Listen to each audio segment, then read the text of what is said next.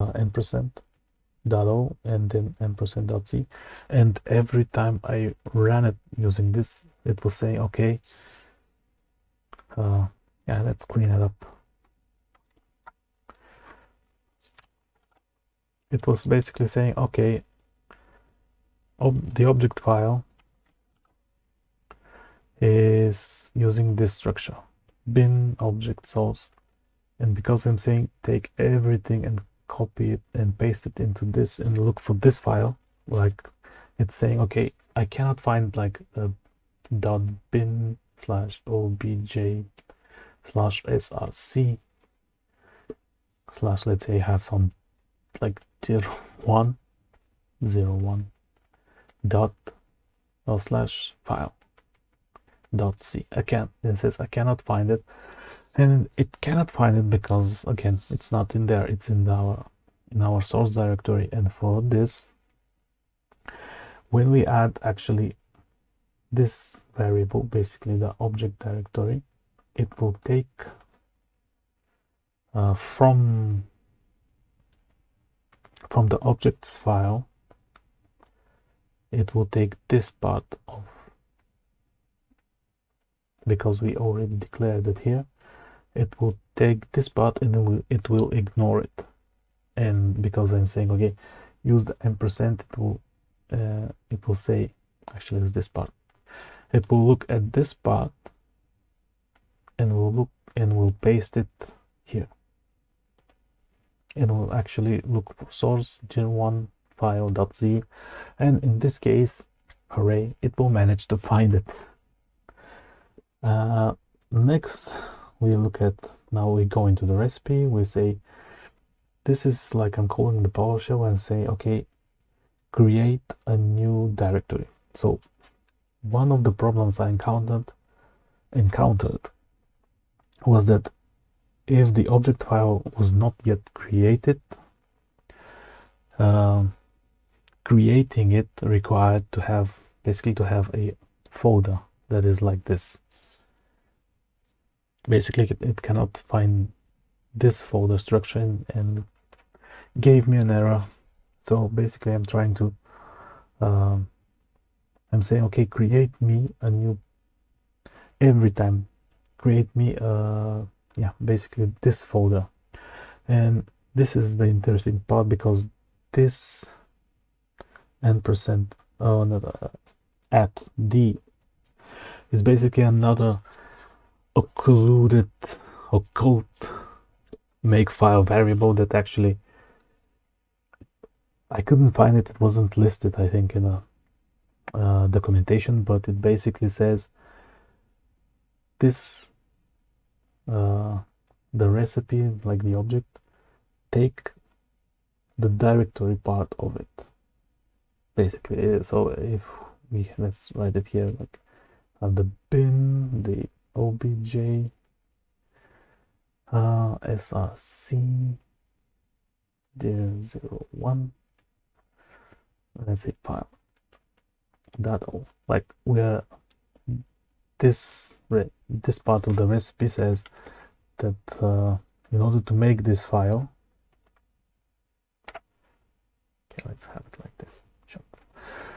Basically, in order to make this file, we have to do this, and this little thing, this variable, says take only the directory part, and basically takes this. And here I'm saying, okay, make me this directory. And the interesting thing is that the new item function in PowerShell basically checks if the directory is already there. If it's already there, it will fail and will not create a directory. And basically covers all cases if the object file is created and when it's not. So yeah, win-win. And then we're basically compiling. Basically, this is the command that we call to compile our C file. Nothing too strange. We have the C file here. Basically, this says take this variable. This is taking this, and we add the C flags, the D flags, the include directories, and so on and so forth. Next I'll go down a bit. Let's clean this up. So next is our clean how should I call it, recipe. So our clean recipe is basically I'm here outputting, okay, I'm cleaning the main. Next I'm calling again another PowerShell command, and this is going through checking if there is already an object directory, and if it is, it removes each element, each .o file. I think it goes, this flag calls it recursively, so it goes in every folder. In the end, it just removes the directory, deletes the directory. And again, if we have already available, I mean, if the directory is not there, basically we say no, it's not there, it's missing, so nothing to clean. We go and do the same with the bin directory, and basically the output exe. Yeah, basically we try to delete the exe, and again, if it's unable to even find it, because here test path is testing if it exists. If it doesn't exist, well, basically we say okay, it's missing, nothing to clean. Another cool feature of this Makefile is the scaffold part, and the scaffold part is basically, you can see it goes into this, calling these commands for basically creating the source directory, the bin directory, the include directory, and the lib directory. And I'm using this scaffold every time like I create a new project, because it covers this case where I have a fresh project. I have created the directory and just drop the Makefile, and I say okay, make scaffold, and just creates all the structure, the initial structure that I wanted. So yeah, let's review it quickly. So let's reduce. Okay, so basically this is,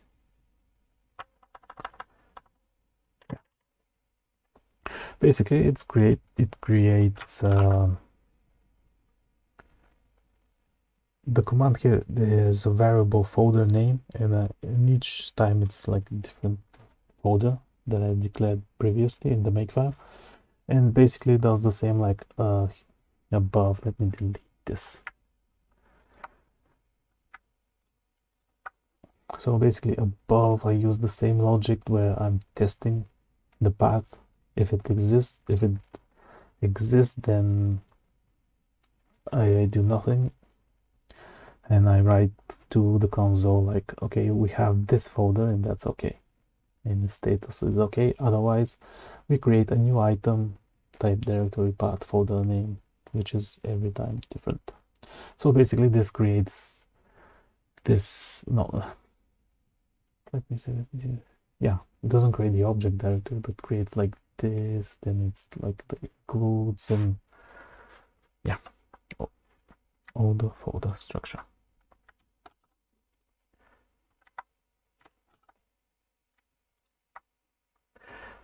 Okay, next is this little part where I'm saying okay, I'm checking with this command and checking if there is a main.c in the source directory. This is still part of the scaffold, and of course if there is, I just say okay, we have a main.c file. If not, we again I output to say okay, this is not there, let's create a default, and I'm calling another PowerShell script with this command where I have main file. Basically, I'm creating a variable. I'm adding a project name. This is an older design, and I'm still trying to figure out how to make it properly. But at the moment, this project name variable doesn't do a shit. So next in this part, next in this part we're creating actually the main file and forcing the creation in the source directory, and then I'm filling this main file with the following value, which is basically this is a very long line because it gave me errors when I tried to clean it up and make it on new layers, new lines. But basically it says, basically fills our main file with the simple hello world case, where we have we include the stdio. Here I'm adding, I think there is a new line with this. Then we say, okay, I'm adding an int main and open curly bracket. And here I'm adding the hello world print, and I'm returning and closing the function with the curly bracket, and ending the scaffold. Oh, come on. Ending this scaffold recipe here, the if blocks here, and in the end I'm just including the diff files because actually sometimes I've added them here, added them here, it doesn't matter. It includes the files and it knows which file I have it checks basically which file needs to be recompiled, and this creates a very simple setup. In the case, for example, I'm in my project directory here, and I say, okay, make this, and let's call it test make. Even made such a project. Anyway, let's say make file project 2, and let's move into this folder.